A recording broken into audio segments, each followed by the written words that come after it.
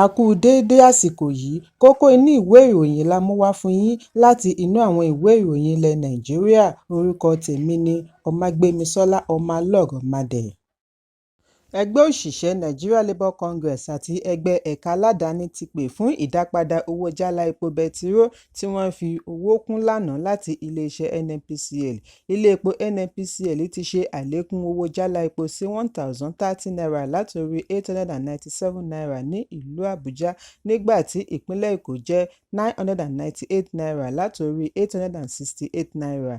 Àwọn agbègbè mìíràn kojú irúfẹ́ àlékún bẹ́ẹ̀. Ìgbésẹ̀ tí ó ti fa ìbínú yọ láàrin ọmọ orílẹ̀-èdè. Àlékún owó jálá epo lẹ́lẹ́kejì láàrin oṣù kan dúró fún N133. Pẹ̀lú àlékún tí ó ṣẹ̀ṣẹ̀ wáyé yìí, èyí túmọ̀ sí wípé àlékún 430% ni ó ti bá jálá epo láàrin oṣù mẹ́tàdínlógún tí ìjọba tí ó wà lóde yìí gba ìjọba. Oṣù tí ó kọjá ní NNPCL ṣe àlékún owó epo sí N897 per litre látòrí N617 per litre. Èyí wáyé lẹ́yìn ọjọ́ díẹ̀ tí iléeṣẹ́ NNPCL ní àjàgà gbèsè $6.8 trillion tí wọ́n jẹ ilẹ̀ òkèèrè ti wọ àwọn lọ́rùn. Ní ìlú Àbújá ni oníbàárà kan ti fìdí ẹ̀ múlẹ̀ wípé ilé epo NNPCL ta jálá epo ní N1,030. Ilé epo yìí kò ṣe àfihàn iye tí wọ́n ń tà á, yálà sí orí pátákó tàbí ẹnu ẹ̀rọ. Àtẹ́ńdáǹtì ni ó ń fi ẹnu kéde àlékún owó tuntun fún àwọn oníbàárà tí ó bá kàn àti ta epo fún. Ìgbésẹ̀ yìí wáyé lẹ́yìn ọjọ́ díẹ̀ tí NNPCL pinnu àti jáwọ́ nínú àti máa dá nìkan dàyàdé epo láti iléeṣẹ́ ìfọpo Dangote, kí àwọn alágbàtà lè ní àǹfààní àti máa tìkára wọn ra epo láti iléeṣẹ́ Dangote. NNPCL ní ìgbésẹ̀ àti má dára epo mọ́ láti iléeṣẹ́ Dangote túmọ̀ sí wípé ìjọba àpapọ̀ ti fi ọgbọ́n dẹ́kun ìrànwọ́ ní sísan lórí epo pátápátá. Ìròyìn jábọ̀ wípé ọ̀pọ̀ ilé epo mìíràn ni wọ́n ta epo ní iye tí ó tó N1,200. Ilé epo Mobili ní oríta Arab ta tiwọn ní N900, ṣùgbọ́n ilé epo NNPCL lójúnà Bágà kọ̀ láti pàtẹ iye tí wọ́n ń ta epo. Gbogbo akitiyan láti kàn sí agbẹnusọ iléeṣẹ́ NNPCL Fẹ́mi Ṣónẹ́yẹ ni ó já sí pàbó. Èyí ti wá mú àwọn awakọ̀ èrò ṣe àlékún owó ọkọ̀. Bákan náà ni ọ̀pọ̀ ilé epo wà ní títìpa tí ó ti wá dá ìṣòro àti rí epo rà sílẹ̀ fún àwọn awakọ̀. Nínú àtẹ̀jáde tí ààrẹ ẹgbẹ́ òṣìṣẹ́ Joe Ajaero bu ọwọ́ lù, ni wọ́n ti fi ẹ̀sùn kan ìjọba àpapọ̀ wípé ohun kan ṣoṣo tí wọ́n ní gbájúmọ́ ní àlékún owó epo. Wọ́n ní bí a bá tẹ̀lé ìlànà okòòwò, kì í ṣe NNPCL ni ó lẹ́tọ̀ọ́ àti máa pàṣẹ lórí owó jálá epo. Kí ìjọba ṣe àfihàn ìgbésẹ̀ wọn lórí ìdàgbàsókè ọrọ̀ ajé, nítorí aráàlú kò tíì bọ́ nínú ìyà ńlá tó gbé wọn ṣánlẹ̀ tẹ́lẹ̀. Ẹ̀kúnrẹ́rẹ́ ìròyìn wà ní ìwé ìròyìn Punch tó jáde lónìí.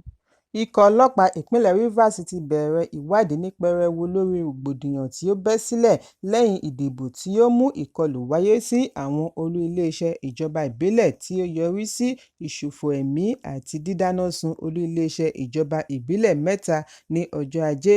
Kọmíṣánná ọlọ́pàá tí wọ́n ṣẹ̀ṣẹ̀ fi ránṣẹ́ sí ìpínlẹ̀ Rivers, Mustapha Muhammed, ni ó ṣe àfihàn yìí nígbà tí ó tìkálára rẹ̀ lọ ṣe àbẹ̀wò sí gbogbo sẹkítẹ́ríàtì mẹ́tẹ̀ẹ̀ta lánàá Ọjọ́rú. Bákan náà ni Muhammed ṣe àfihàn wípé ikọ̀ olùṣèwádìí tó dáńgájíá tí igbákejì kọmíṣánná láti ẹ̀ka ìṣèwádìí ìwà ọ̀daràn ni wọ́n gbé iṣẹ́ ìwádìí yìí fún, tí yóò sì jábọ̀ àbájáde sí ọ̀dọ̀ ọ̀gá ọlọ́pàá yányán lẹ́yìn ìwádìí. Bí a kò bá gbàgbé wípé rògbòdìyàn bẹ́ sílẹ̀ ní ọ̀pọ̀ ìjọba ìbílẹ̀ council ní ọjọ́ Ajé, lẹ́yìn tí IGP Káyọ̀dé Ẹgbẹ́tókun pàṣẹ kí àwọn ọlọ́pàá tó ń ṣọ́ ìjọba ìbílẹ̀ fi ibẹ̀ sílẹ̀ kí iṣẹ́ lè bẹ̀rẹ̀ ní pẹrẹwu lẹ́yìn ìdìbò. Èyí ló fún àwọn afurasí jàǹdùkú olóṣèlú láàyè láti ríbi ṣe ìkọlù. Kọmíṣánná fi kún wípé àwọn ti gbé ìgbésẹ̀ láti rí i dájú wípé àlàáfíà jọba láàrin ìpínlẹ̀, bí ó ti rọ ará ìpínlẹ̀ pẹ̀lú àwọn tí ọ̀rọ̀ kàn kí wọ́n ṣe àtìlẹ́yìn pẹ̀lú ọlọ́pàá kí àlàáfíà lè fìdí múlẹ̀ pátápátá. Ẹ̀kúnrẹ́rẹ́ ìròyìn wà ní ìwé ìròyìn Punch tó jáde lónìí. Ìjọba ìpínlẹ̀ Èkó ti sọ wípé ìdájọ́ ilé-ẹjọ́ gíga ìlú Àbújá tí ó ṣe ìdáwọ́kọ̀ fún àjọ Vehicle Inspection Office (VIO) láti má dá ọkọ̀ dúró tàbí gbẹ́sẹ̀ lọ́kọ̀ kò ní nǹkan ṣe pẹ̀lú àjọ VIO ìpínlẹ̀ Èkó. Kọmíṣánná fún ọkọ̀ ìrìnnà ní ìpínlẹ̀ Èkó, Olúwaṣeun Òṣìyẹmí ni ó ṣe àfihàn yìí nínú àtẹ̀jáde àná. Òṣìyẹmí ní ó ṣe pàtàkì láti mọ̀ wípé ilé-ẹjọ́ ní ibi iṣẹ́ wọn mọ́, ṣùgbọ́n lórí ìdájọ́ èyí, ìlú Àbújá ló mọ̀. Bákan náà ni ó ní ìdájọ́ tí adájọ́ Evelyn Maha gbé kalẹ̀ ní í ṣe pẹ̀lú ìlànà òfin. Kò sí òfin tí ó fún VIO Àbújá ní agbára àti dá ọkọ̀ dúró tàbí gbẹ́sẹ̀ lé ọkọ̀ tàbí fi tipátipá mú awakọ̀ san owó ìtanràn. Ṣùgbọ́n ní ìpínlẹ̀ Èkó, òfin ìrìnnà wà tí ó ń darí iṣẹ́ àjọ VIO ní ìpínlẹ̀ Èkó. Fún ìdí èyí, ìdájọ́ ilé-ẹjọ́ gíga ìlú Àbújá mọ́ ní Àbújá kò kan ìpínlẹ̀ Èkó. Kọmíṣánná wá gba àwọn awakọ̀ ní ìmọ̀ràn kí wọ́n tẹ̀síwájú àti máa pa òfin ìrìnnà mọ́ kí wọ́n sì bu ọ̀wọ̀ fún òṣìṣẹ́ VIO. Ẹ̀kúnrẹ́rẹ́ ìròyìn wà ní ìwé ìròyìn Vanguard tó jáde lónìí. Alága ìgbìmọ̀ àná lórí iṣẹ́ ológun Sínátọ̀ Mohammed Ndome ti tẹnu mọ́ lánàá wípé iléeṣẹ́ ológun ilẹ̀ Nàìjíríà kò ní irinṣẹ́ tó láti fi borí ogun Boko Haram àti àdàlúrú. Èyí ń wáyé bí ó ṣe kọ àhesọ tí wọ́n ń gbé pòyì ẹnu lórí ẹ̀rọ abánidọ́rẹ̀ẹ́ wípé afurasí Boko Haram dènà de ọkọ̀ akọ́wọ́rìn rẹ̀. Sínátọ̀ tó ń ṣaṣojú gúúsù Borno àti dísítírìtì Gwoza sọ ọ̀rọ̀ wọ̀nyí ní ilé rẹ̀ ní Maiduguri lẹ́yìn tí ó padà dé láti ibi tí ó ti lọ ṣe àbẹ̀wò ìbánikẹ́dùn sí ẹbí tí àwọn àdàlúrú ṣekú pa ní ìjọba ìbílẹ̀ Ngozi, Kerawa, Ashigashia àti àwọn ìlú mìíràn ní ìjọba ìbílẹ̀ Gwoza.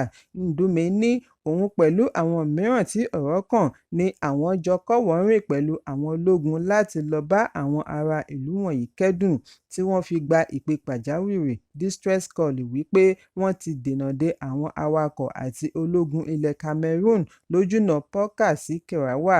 Ó ní lẹ́yìn àbẹ̀wò ni àwọn kọrí sí Kerawa pẹ̀lú wípé àwọn gbọ́ nípa ìkọlù tí ó wáyé lójúnà. Àwọn sì dé Kerawa láyọ̀ àti àlàáfíà. Níbẹ̀ ni wọ́n ti ṣe àwárí wípé oníṣòwò pàṣípààrọ̀ owó kan ní àwọn agbébọn yìí dènà dè, tí wọ́n ṣekú pa pẹ̀lú obìnrin kan tí àwọn mìíràn fi ara ṣèṣe níbi ìkọlù. Ndome ní iléeṣẹ́ ológun ní ìpinnu láti fòpin sí iṣẹ́ àwọn Boko Haram, ṣùgbọ́n èyí kò lè ṣeé ṣe láì ní ohun ìjà olóró tí ó péye pẹ̀lú ìdánilẹ́kọ̀ọ́ àti ìmóríyá. Ẹ̀kúnrẹ́rẹ́ ìròyìn wà ní ìwé ìròyìn Vanguard tó jáde lónìí. Ìjọba àpapọ̀ ti sọ wípé àwọn kò lọ́wọ́ nínú àlékún owó jálá epo.